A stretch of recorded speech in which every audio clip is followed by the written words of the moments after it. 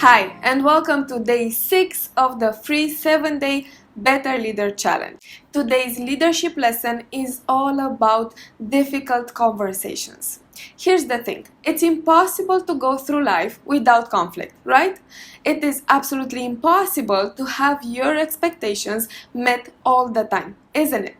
Likewise, you are going to experience gaps in your company or non-profit or department as well. We all experience gaps, but that's not the problem. The problem is how you address those gaps. And sometimes the problem is that you don't address the gaps at all.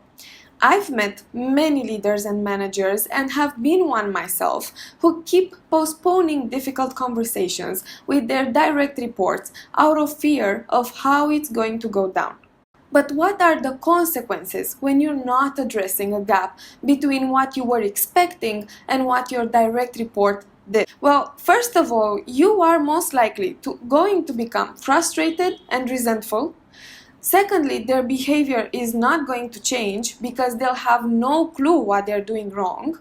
And thirdly, and this is even worse, is that if you keep silent long enough, that wrong behavior becomes the new normal. You are, without realizing, sending the message that that specific behavior is allowed and okay in your company. And remember, as a leader, you get what you create and what you allow because you are ridiculously in charge. So what's the solution?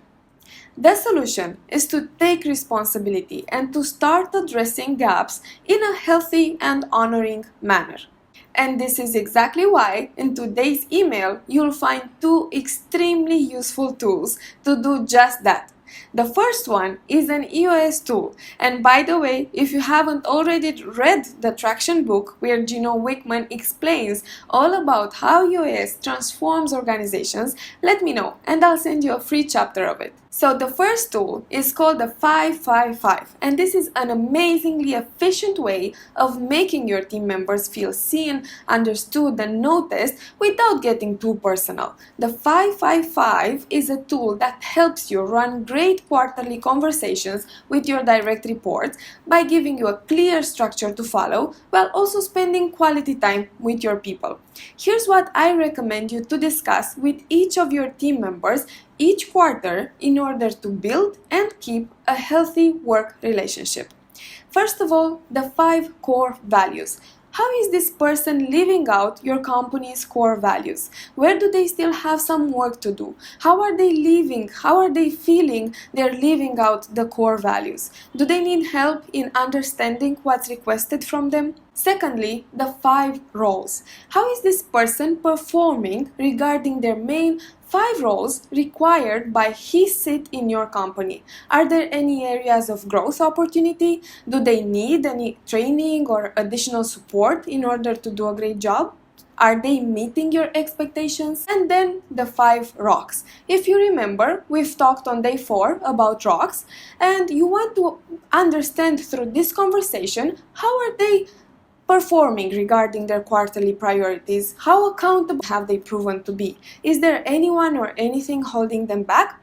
And I have 2 important notes here. We call it the 555 simply to have an easy way of memorizing it. But you don't need to have 5 core values or 5 rocks or 5 roles. These are customized for each company, so you have to determine how many core values, rocks and roles you need. And the second note is that, as you have probably already guessed, you must first create your company's core values and the main roles for each employee and set 3 to 5 rocks each quarter for each of your team members in order to start having this kind of conversations, which are called the 555.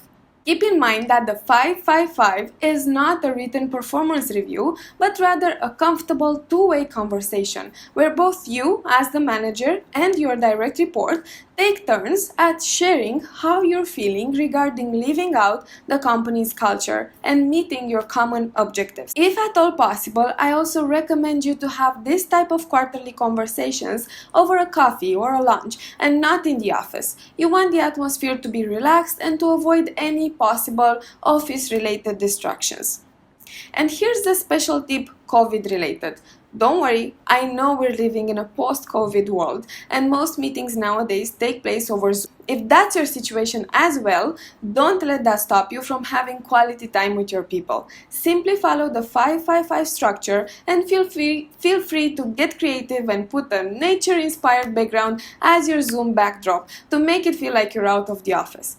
The second tool, meant to make it way easier for you to have difficult conversations with your team, is the 3-step feedback formula. And in the email I sent you today, I've also attached a PDF that explains the formula very clearly. So make sure you download that and, of course, start applying it.